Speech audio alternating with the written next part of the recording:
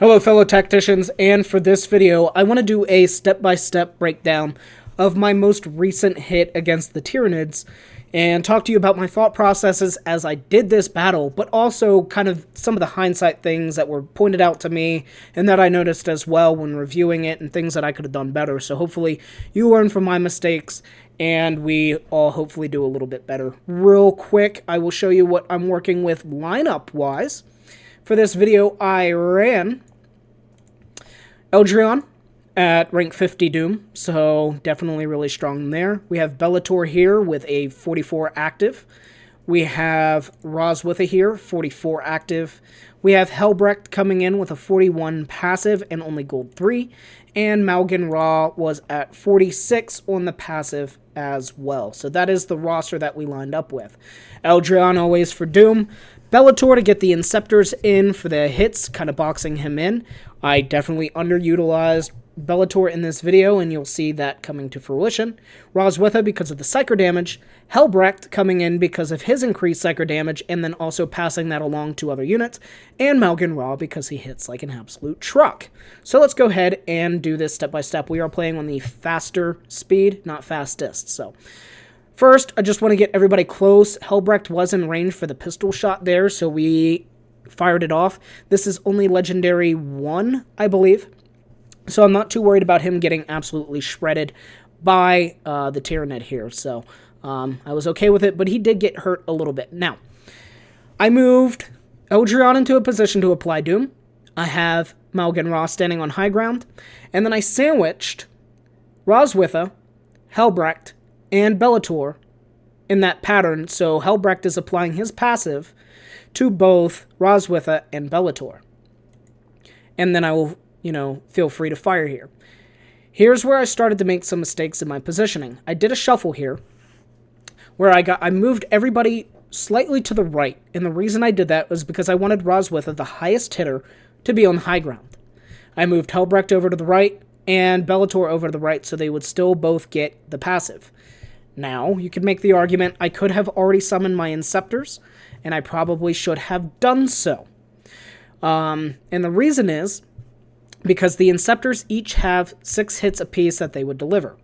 Or if I wait one more turn, it would be 3 Inceptors instead of 2, or whatever the case may be.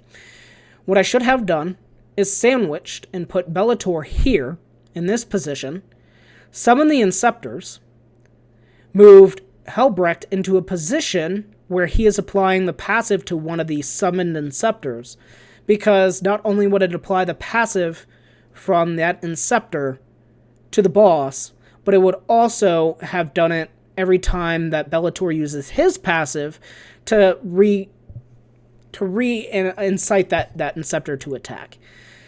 But let's look at the definite clear mistake that I made here. At this point, I decided to drop in the Inceptors. I get 4 total coming out.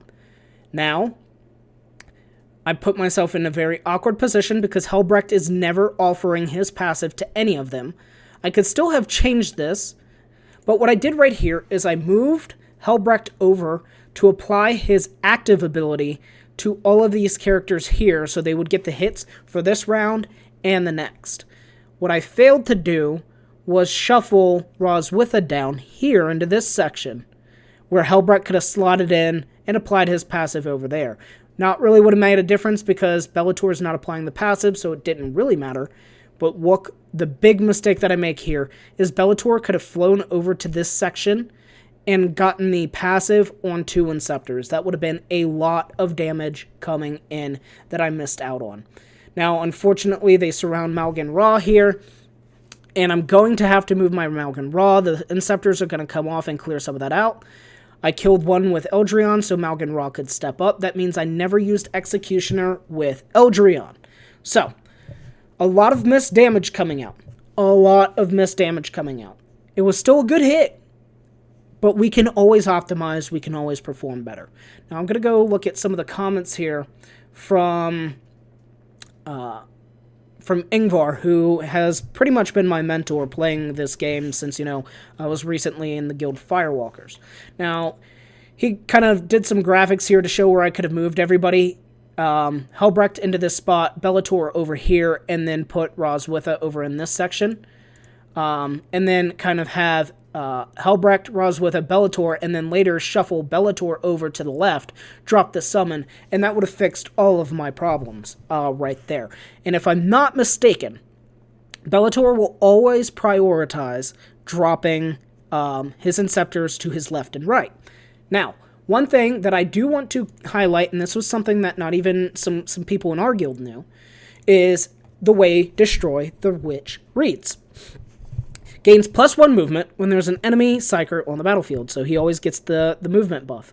This unit and friendly adjacent units deal +662 damage in melee against Psykers. That's awesome. So that's how the passive works. But the active is where the confusion is. All friendly units within 2 hexes, mind you, this is the active you saw me use, within 2 hexes now deal plus 185 damage and gain 24% pierce ratio in melee, regardless of damage type for this turn and next. What is not clear here? What is not clear is that only one of these is for melee. The plus 185 damage applies to the ranged attacks, and I can show you evidence of this. Here I have Malgan Ra about to attack Helbrecht and Calandus in ranged. He's already moved. He cannot attack. Now I will use the Helbrecht active, and you'll see these numbers increase, 1870 and 754. That means that the active is applied to the ranged attacks. What I am not certain of is if the pierce is also ranged, and it is just completely misrepresented in the text, but I know for sure that the damage is for ranged and melee. So something for you to consider, and a reason that I have invested more heavily into this active ability is because it is more useful than I had originally assumed.